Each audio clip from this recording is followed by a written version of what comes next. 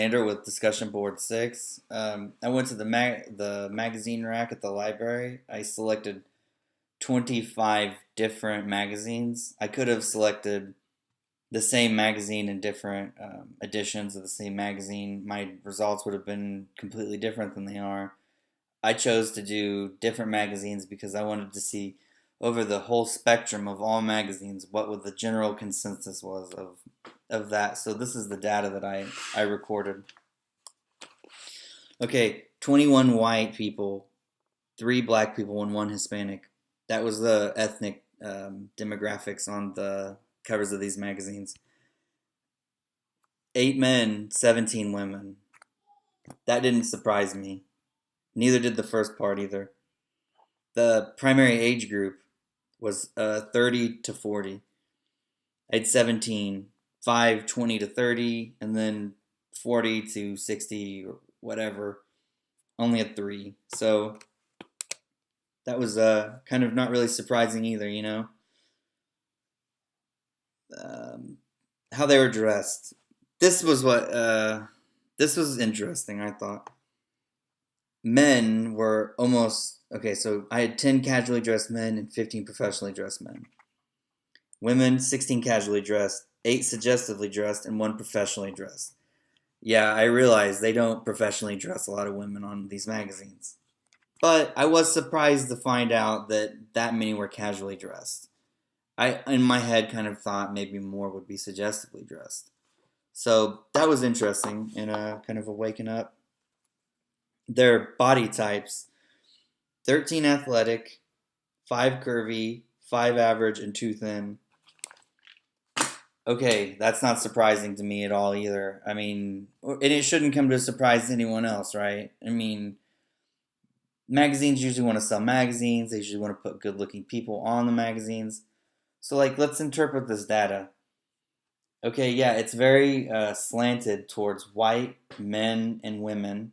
They're primarily on most of the magazine covers. And primarily they're athletic or thin or average or whatever you want to call them. They're primarily athletic built in their 30s, right? In their 30 to 40s, right? That seems like the women usually are in their 20s to, we'll say, 35. But this didn't come as a surprise to me at all. Maybe just the dressing part. I didn't.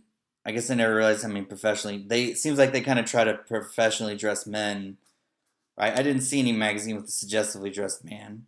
I don't know what that means. Maybe the media is biased towards, uh, you know, a man in a speedo on the cover of a magazine. Maybe that doesn't sell a lot of magazines. I don't know.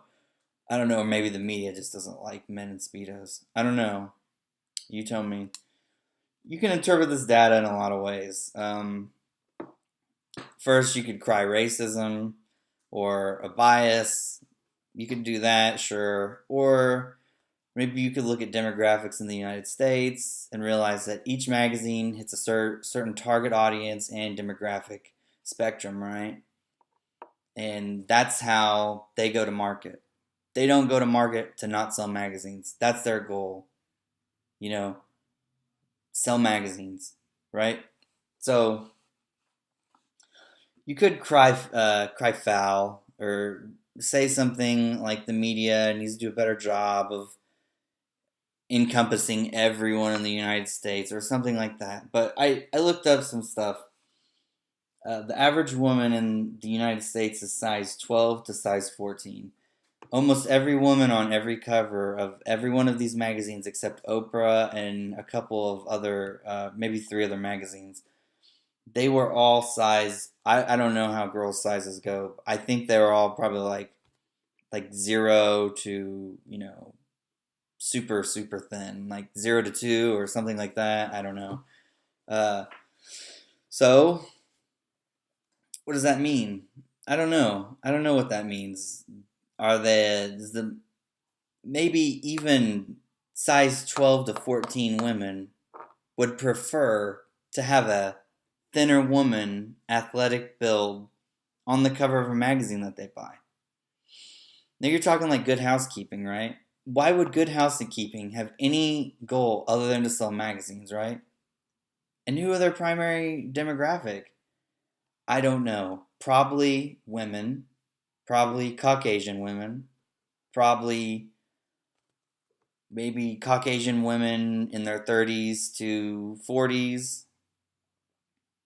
They try to sell magazines, they try to put someone on the cover that could maybe relate to them. It's an interesting thought experiment to think, why do most of the women in the United States, right? Why are they mostly, the average woman's 12 to 14? That's the size. And yet, even magazines like Good Housekeeping are not choosing to put a 12 to 14 sized person on the cover. Now, she wasn't suggestively dressed by any means, right? I actually kind of thought it was comical. You know, she had an apron on, pushing a vacuum. It almost seems like that's a little. Maybe someone could say that's sexist. I don't know. I thought it was funny, definitely. Maybe that's their target demographic, though. I don't know. It's interesting to think of how reality is, right? We live in a capitalistic free market society where the free market essentially determines, it's determined by the consumer, right? We consume magazines. And apparently people in America, we don't like to see people who aren't attractive looking people. Now, if we had Playboy, it would seem like they're very biased towards attractive looking younger women, primarily Caucasian. It would seem like that. But maybe their target audience is the people they want to see in those magazines are the reason why they put those women suggestively dressed, certain ethnicities, in suggestively provocative poses. You know, I mean, I don't really understand like any other way to interpret this data. You know, the media has no bias. I'm pretty sure. I'm pretty sure their goal is to pander to the largest audience they can.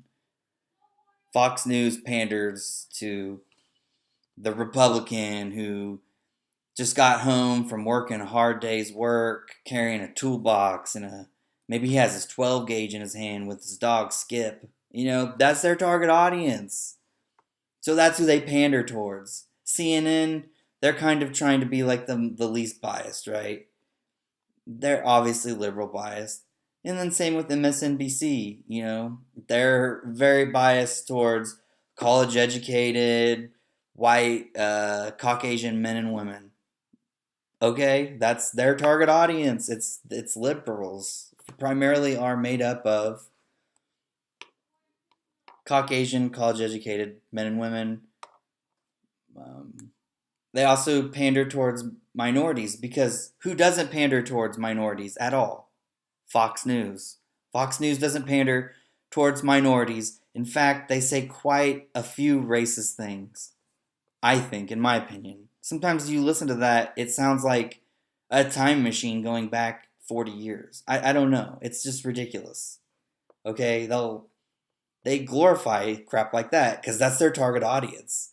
If their target audience, say they grew up one day and they were like, oh my God, this is racist, or it's stupid to be a hardworking man, a hardworking blue collar man. Maybe I should go to college and get educated and get a different job, which is fine either way. They would change 100% overnight to hit their target demographic. Okay? Because they sell media slanted in whoever's audience that they're trying to get.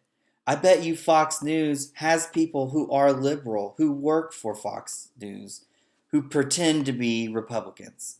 Okay? I believe that very truthfully. So I'd love to know what someone thinks about this. This is my take on it, and have a good day.